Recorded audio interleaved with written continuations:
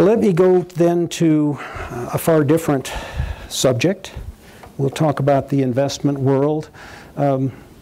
Voters reject austerity. Will that change the course of investments? Of course, the focus of most investors in recent days has been on the French and Greek elections. Last week's disappointing employment numbers here in the United States and the relatively strong corporate earnings reports also here in the United States.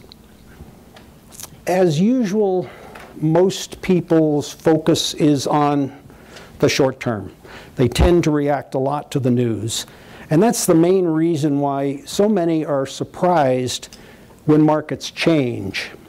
They don't see short-term data as they fit into long-term patterns. If you see the first slide on here and in your books as well, back in 1999, I don't have that, there we go, that's that little pointer.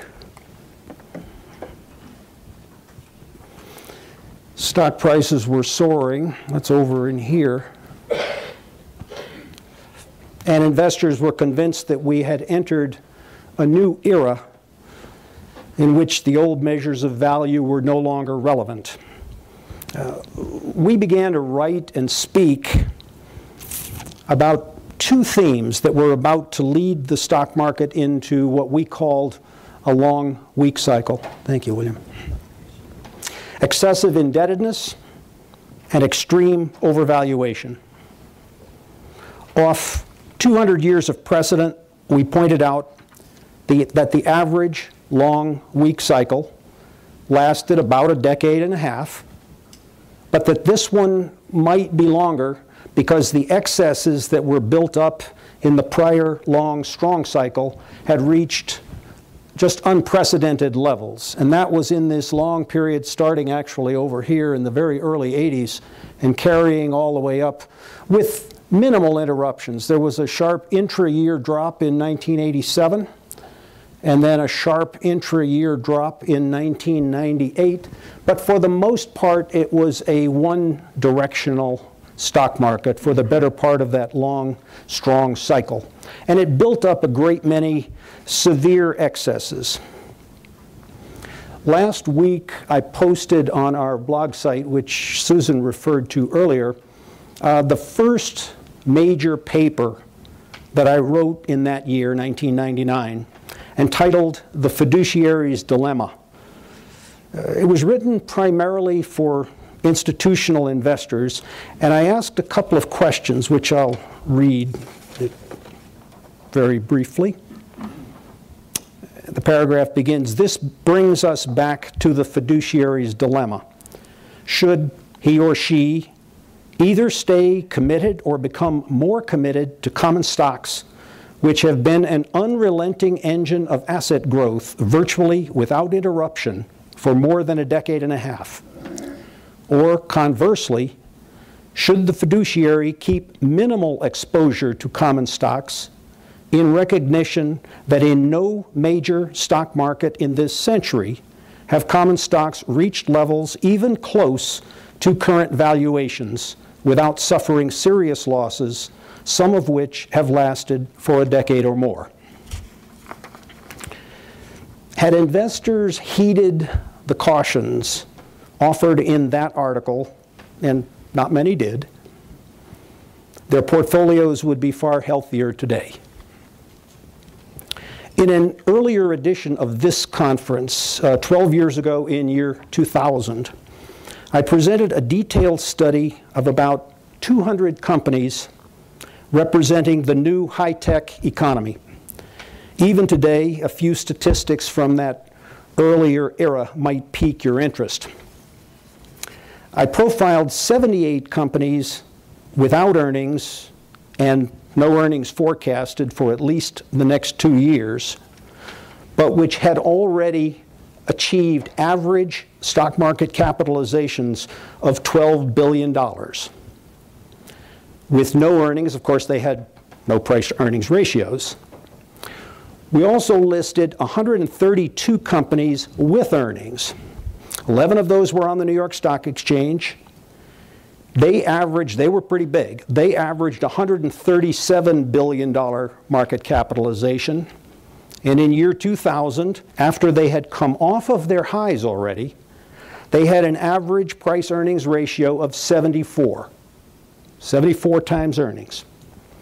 They had earnings forecasts for year 2000 of 25%, with another 27% expected on top of that in year 2001. We also found 121 companies on the NASDAQ, most of them smaller, but still big, averaged $32 billion market cap, with a price to earnings ratio of 140, average. These are companies with earnings. The forecast for year 2000 was for earnings per share growth of 63%, to be followed in year 2001 by another 35% interest. If anyone wants to take a trip down memory lane, we'll be happy to send you the 6 pages of data that we prepared for that conference. If you just leave your request with an email address, we'll send those to you. Most of the names of the companies are long forgotten. Virtually every one of them fell in price precipitously in the years soon after that. Many went out of business despite having had tens of billions of dollars invested in them. We argued at the time that this extreme overvaluation made no sense, despite almost universal optimism about their future prospects. It was a widespread example of groupthink flying in the face of common sense and history. 13 years earlier than that, back in 1987, also at a predecessor of this conference, which was, as Carmen indicated earlier, over in La Jolla, California at the time, I similarly argued that Japanese stock prices made no sense. If you look at the next graph, this shows the Nikkei average. And 1987 was, let's see, it was this year. So it was on its way up, and I was saying these prices made no sense. And they kept going up. The big drop in 87 was just brief.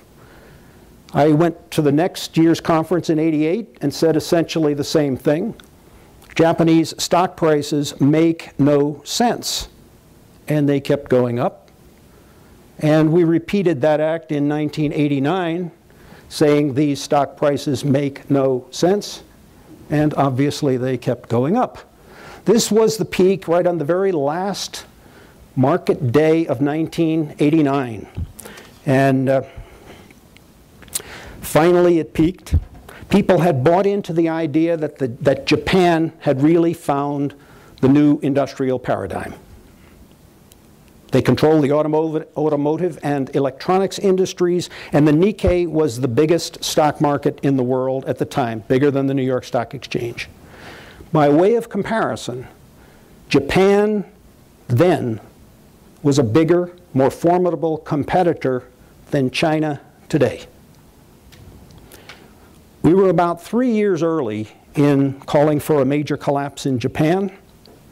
Japanese stocks, however, are down about 75% today from their peak over 22 years ago. Prices are back at 1983 levels, right in here. In 1999, we were about a year early in calling for the coming long weak cycle. If you can go back to that, carry back to that first graph, that was up in here. But stocks were down 50% and 75% on these two indexes, the S&P and the NASDAQ, respectively, 9 years later at these points, even though they went higher first. The big stock market rally since 2009, down here to here, and here to here, has brought prices back to 1999.